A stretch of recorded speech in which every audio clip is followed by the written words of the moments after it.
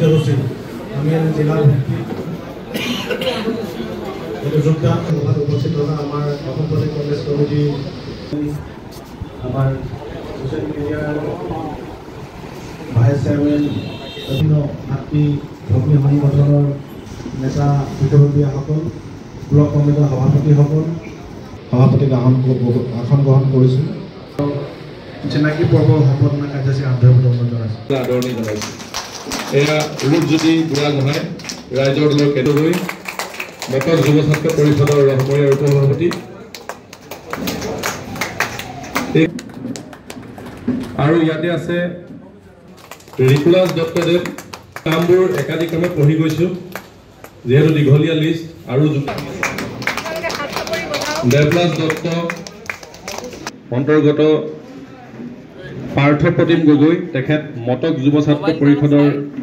ৰহমৰীয়াৰ উপসভাপতি কৰ্মকাৰ অভিনৱ মৰাণ মই লাহোৱাল ব্লক কংগ্ৰেছৰ তৰফৰ পৰা অহা জ্ঞানদীপ বৰা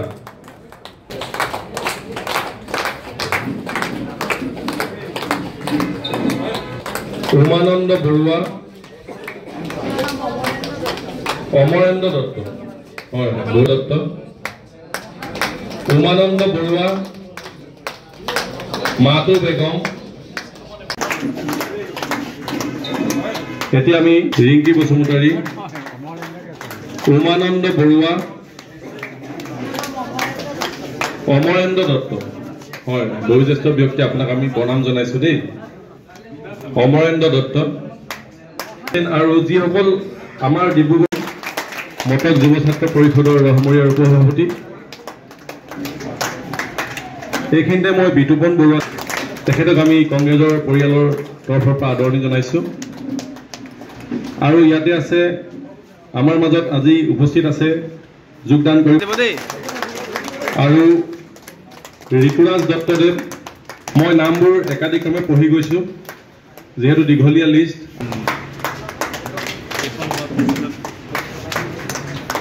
পলাশ দত্ত অভিনৱ মৰাণ মই লাহোৱাল কংগ্ৰেছৰ তৰফৰ পৰা অহা এই লোকসকল জ্ঞানদীপ বৰা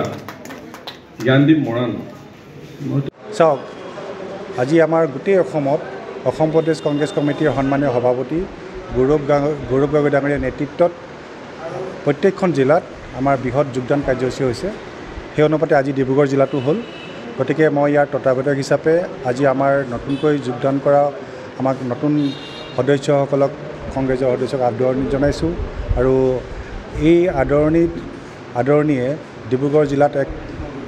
অতি যোগাত্মক দিশ নিৰ্ণয় কৰিব লগতে অনাগত দিনত প্ৰত্যেক মাহৰ 10 তাৰিখ আমাৰ এই যোগদানৰ কাৰ্যসূচী পৰৱৰ্তী সময়ত আমাৰ বিধানসভা ব্লক আমি মণ্ডললৈ লৈ যাম আৰু APCC নিৰ্দেশক্ৰমে ধন্যবাদ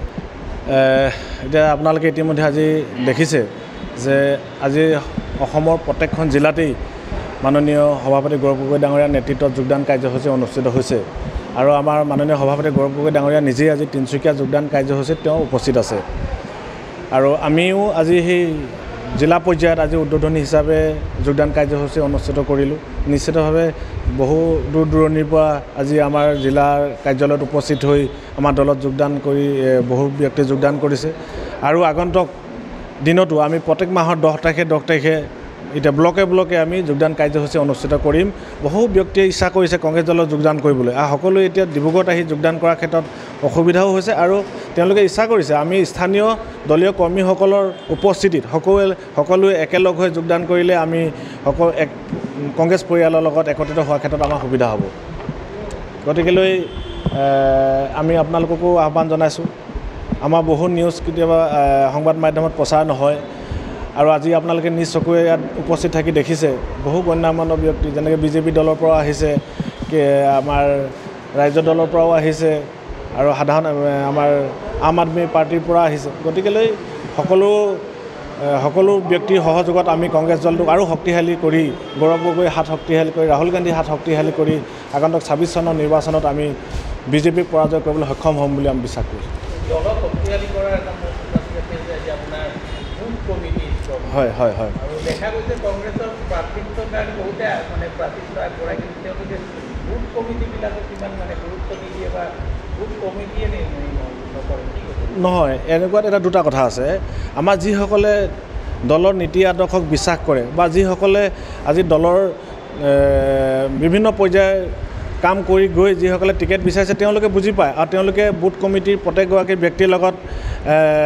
মানে লগ কৰিছে, কথা পাতিছে। বুথ কমিটি গঠন কৰাৰ ক্ষেত্ৰত BLA গঠন কৰাৰ ক্ষেত্ৰত তেওঁলোকে সহযোগ কৰিছে। দলক শক্তিশালী কৰাৰ ক্ষেত্ৰত তেওঁলোকে আৰ্থিকভাৱেও সহায় কৰিছে, শাৰীৰিকভাৱেও কাম কৰিছে। কিন্তু কিছু ব্যক্তি আছে তেওঁলোকে ওপৰে টিকেট বিচাৰে, ভাবে কংগ্ৰেছ দলৰ আজি ভাল দিন আহিছে, টিকেট পালে জিকি যাম, গতিকে টিকেট বিচৰাৰ সংখ্যা বৃদ্ধি পাইছে। আৰু সেইবাবে আমিও অনুভৱ কৰিছোঁ কংগ্ৰেছ দলত যিমান টিকেট বিচৰা বৃদ্ধি পাইছে তো ৰাইজৰ মাজত চাগে কংগ্ৰেছৰ, আৰু আমি জনা নাই কিন্তু ৰাইজে চাগে কংগ্ৰেছক ভোট দিম বুলি পেলাই সিদ্ধান্ত গ্ৰহণ কৰিছে। সেইকাৰণে আমাৰ কংগ্ৰেছ দলত মানে প্ৰাৰ্থীৰ সংখ্যা বৃদ্ধি পাইছে। পৰিৱৰ্তনৰ পৰা পৰিত্ৰাণ বিচাৰি ৰাইজ এতিয়া দলে দলে কংগ্ৰেছ দললৈ আহিছে। ইচ্ছাই স্বজ্ঞানে কংগ্ৰেছ দলৰ যোগদানৰ কাৰণে অসমব্যাপী ঢৌ উঠিছে। আৰু এই বিশেষ 10 তাৰিখ, এই 10 তাৰিখটো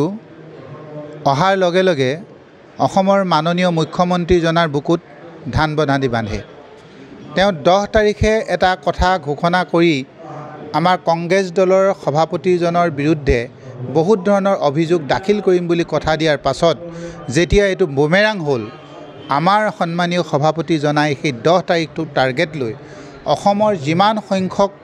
সাধাৰণ ভোটাৰ বা নেতাৰে কংগ্ৰেছ দলত যোগদান কৰিব খুজিছে, এই প্ৰতি মাহৰ 10 তাৰিখে যোগদান কাৰ্যসূচী লৈ আছে আৰু মানুহ যোগদান কৰি আহি আছে। আজিও আপোনালোকে দেখিব আমাৰ 8টা ব্লকৰ পৰা যথেষ্ট সংখ্যক কংগ্ৰেছ কৰ্মীয়ে যোগদান কৰিব আৰু বহুত যোগদান কৰিব লগা আছিল। যিহেতু ব্লকৰ পৰা জিলাৰ মুখ্য কাৰ্যালয়লৈ যথেষ্ট দূৰত্ব বেছি আছে।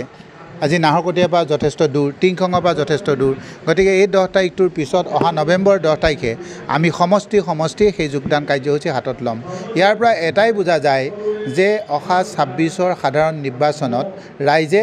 বিজেপিক পৰাভূত কৰি কংগ্ৰেছ দলৰ চৰকাৰ প্ৰতিষ্ঠা কৰিব আৰু গৌৰৱ গগৈ ডাঙৰীয়াৰ নেতৃত্বত অসমৰ এখন নিৰংকুশ চৰকাৰ গঠন কৰাৰ সুযোগ আৰু সুবিধা প্ৰদান কৰিব।